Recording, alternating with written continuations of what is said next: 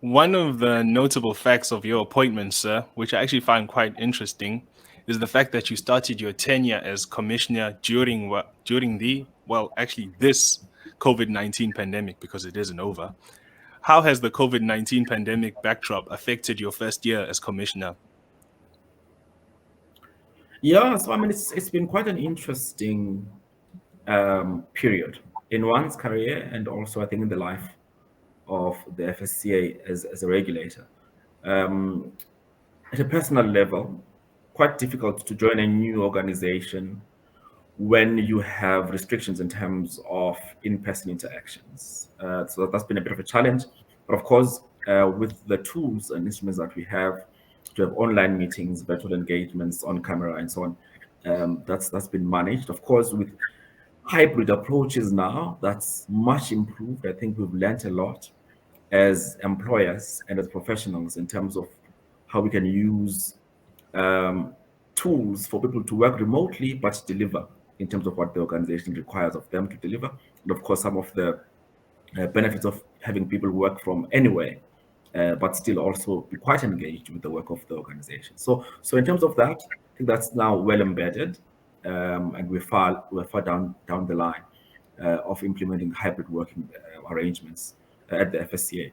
In terms of the general backdrop, so when I joined, I think we're very much still in a period of uncertainty around what is going to come next in terms of COVID-19 infections and how those would affect, especially the insurance sector, the life sector specifically.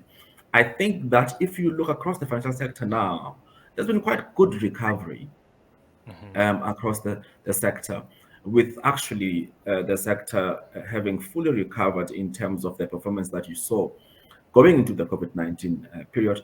And I think that talks to um, also the kind of support and relief measures that were put in place from a regulatory perspective and from a policy perspective, also from the Reserve Bank, which I think contributed quite positively to the turnaround that we're seeing.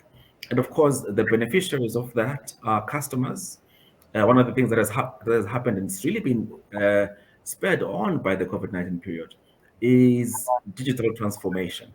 Many customers moving onto digital platforms in terms of interacting and engaging with financial institutions, which has been positive overall.